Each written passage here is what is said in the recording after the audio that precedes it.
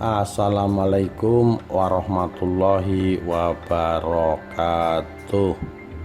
Rahayu Rahayu Sagung Dumadi. Air suci dan ular penjaga Tanah Lot. Bali merupakan surga wisata dunia. Daerah yang dikenal dengan Pulau Seribu Pura ini sanggup memikat jutaan wisatawan lokal dan mancanegara lantaran pesona alamnya. Tak terhitung banyaknya pesohor dunia yang telah menikmati liburan ke pulau ini. Belum lagi sejumlah film Hollywood yang sengaja mengambil Bali sebagai salah satu tempat syuting dalam film-film tersebut. Bali memang menawarkan sejumlah tempat wisata. Salah satunya objek wisata Tanah Lot di Desa Beraban, Kecamatan Kediri, Kabupaten Tabanan, sekitar 13 km barat Tabanan. Di sebelah utara Pura Tanah Lot terdapat sebuah pura yang terletak di atas tebing menjorok ke laut. Tebing ini menghubungkan pura dengan daratan dan berbentuk seperti jembatan. Tanah Lot terkenal sebagai tempat yang indah untuk melihat matahari terbenam atau sunset. Turis-turis biasanya ramai pada sore hari untuk melihat keindahan sunset tersebut. Mungkin banyak yang telah berkunjung ke Pura Tanah Lot, tapi tidak banyak yang tahu sejarah pura ini. Ada cerita rakyat desa Beraban tentang Pura Tanah Lot.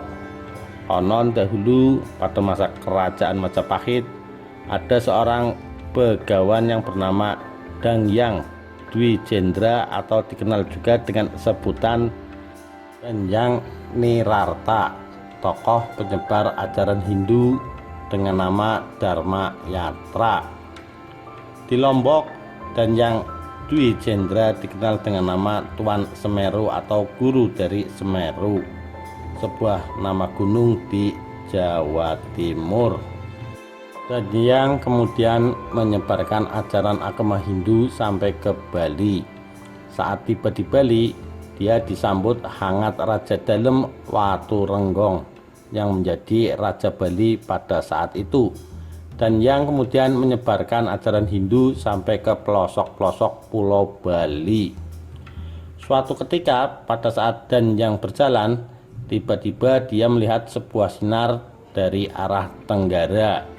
Karena penasaran, Dangyang pun mencari sumber cahaya itu. Setelah sekian lama berjalan, Dangyang akhirnya menemukan cahaya yang dilihatnya dari sebuah sumber mata air. Belakangan dianggap sebagai air suci di Tanah Lot. Tidak jauh dari tempat itu, Dangyang juga menemukan sebuah tempat yang sangat indah yang disebut Gili Beo. Gili artinya batu karang dan Beo artinya burung. Jadi tempat itu adalah sebuah batu karang yang berbentuk burung.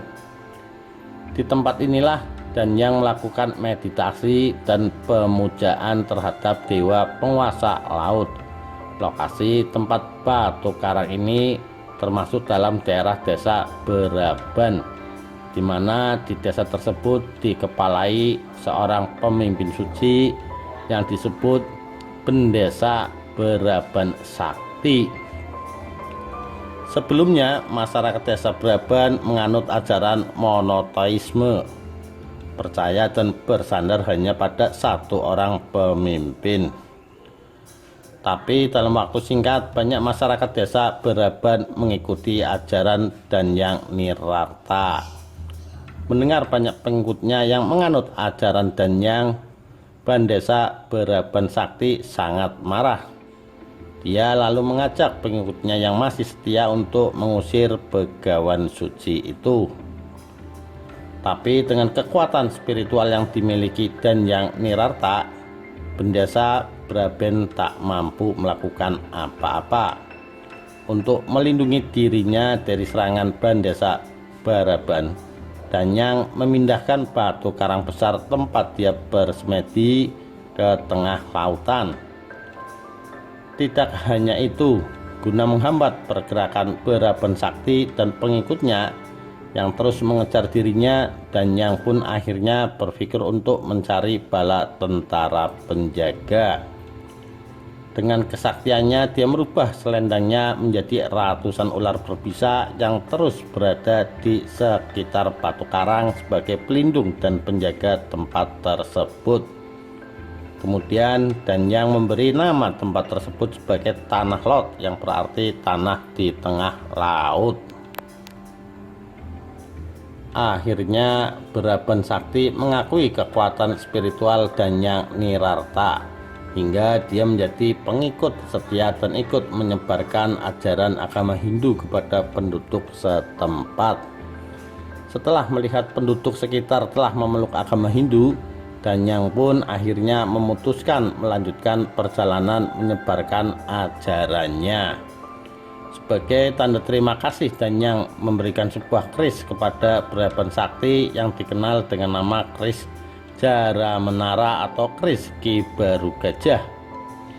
Saat ini keris tersebut disimpan di Pura Kediri yang sangat dikeramatkan dan diupacarai setiap hari raya Kuningan. Upacara tersebut diadakan di Pura Tanah Lot setiap 210 hari sekali, yakni pada Budawage Lengkir sesuai dengan penanggalan kalender Bali. Saat ini para wisatawan yang ke Tanah Lot masih dapat menikmati air suci dan ular yang diyakini dari selendang Danyang. Air suci berada di dalam gua di atas Pura Tanah Lot. Air suci itu konon berasal dari tengah laut.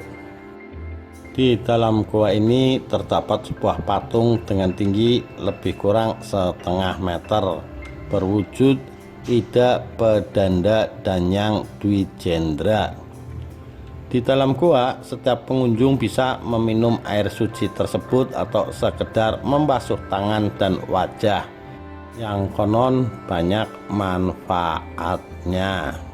Salah satunya diyakini bahwa air suci ini bisa menyembuhkan beberapa penyakit yang tengah diderita, atau bahkan bagi mereka yang ingin punya anak, dengan meminum air suci di gua ini dipercaya bisa diberikan anak.